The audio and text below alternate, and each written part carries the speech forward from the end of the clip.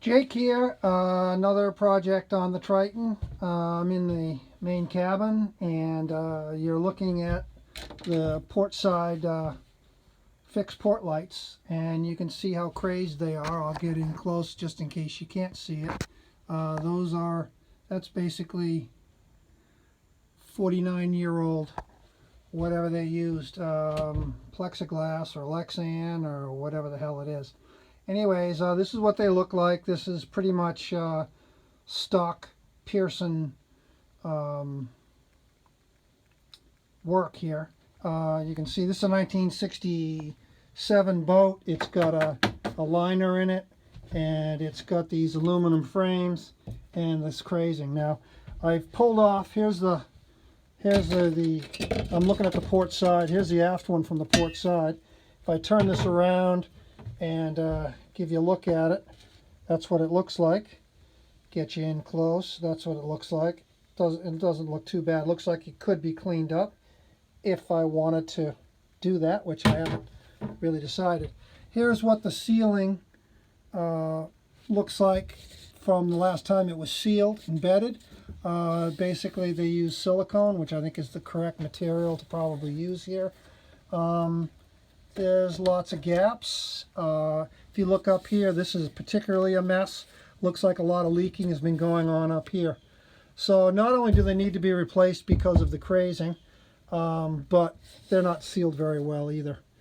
I may pull a James Baldwin and go with a totally externally mounted Lexan, just because it may be safer, because they're not going to be able to get knocked in.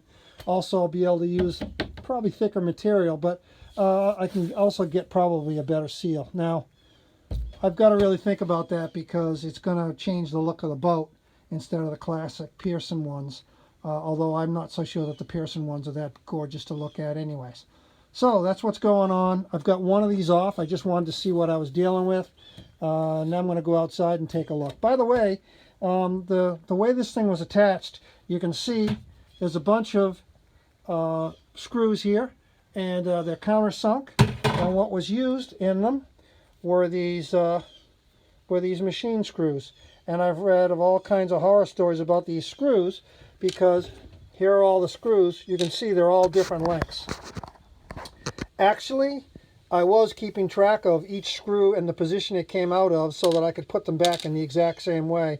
But wouldn't you know, I hit it by mistake, and they all fell off the piece of tape that I was sticking them to. So what are you going to do? I really was thinking about keeping them organized, but some things just never work out. Anyway, so the way this thing works is these screws go through the inside frame, and the outside frame actually has threaded, looks like threaded bosses in the outside frame, into which these screws go. And the reason these are all different lengths is because just there's variable distance, I guess, between the back surface and the front surface. And so I guess at Pearson, when they made these, they had a whole bunch of different screw sizes available. It doesn't look like these have been cut. They all look like they're right out of the factory. That's not cut with a hacksaw. So I guess Pearson, the little guy at Pearson, tried one screw, and if it was too long, he tried another, and on he went. So that's what I've got. These are going to be out of here soon, and I need to make sure I cover that hole temporarily with something so the water doesn't get in. Anyways, that's what's going on today. Pearson Triton 681, Jake McGill.